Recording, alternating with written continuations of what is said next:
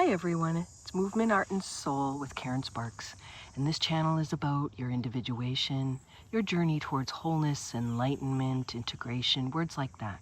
This is video number 3 in my addiction series, and if you can see these turtles here at the pond, they're just sunbathing, soaking in the energy.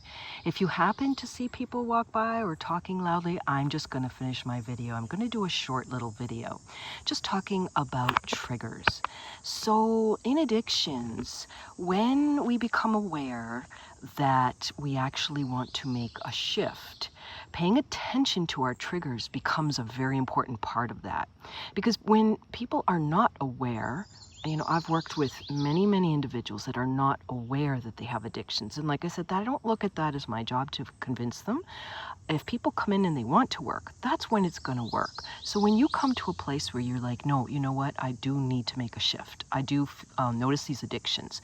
Triggers become important because when you want to make a shift, the triggers are what leads to the thought, and then the thought is kind of like a compulsion to do that thing, whatever that thing is that's relating to the addiction.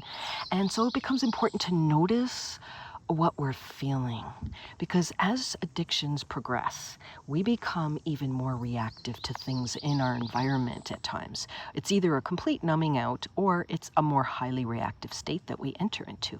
So your triggers are important for you, and if you want to shift your addiction, finding ways in which you can notice your trigger and do something different right at that moment is really huge.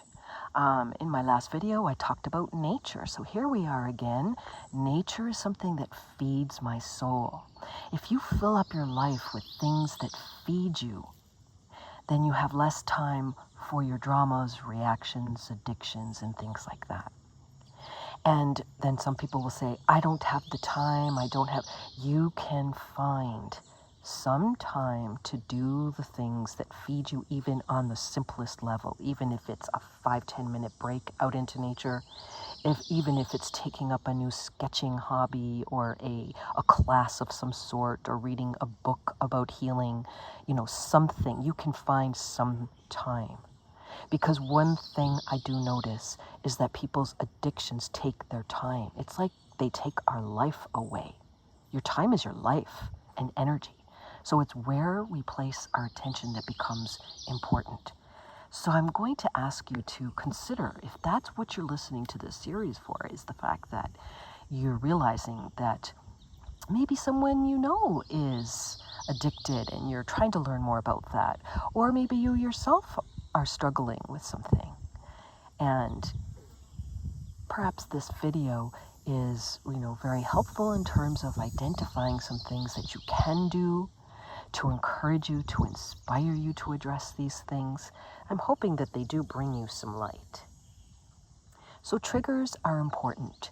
And often when people are beginning to address their addiction, they'll start to notice their trigger, and maybe perhaps things can get worse for a little while. Sometimes when we're trying to shift something, the energies begin to push back. And so the other thing I'm going to suggest is that you hold onto your focus once you make a decision.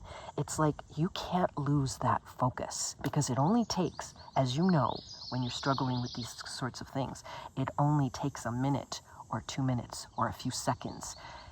And if we give in and we move into that, whatever that thing is, then it's another day gone by where we have not succeeded in our work and attempt to do something new.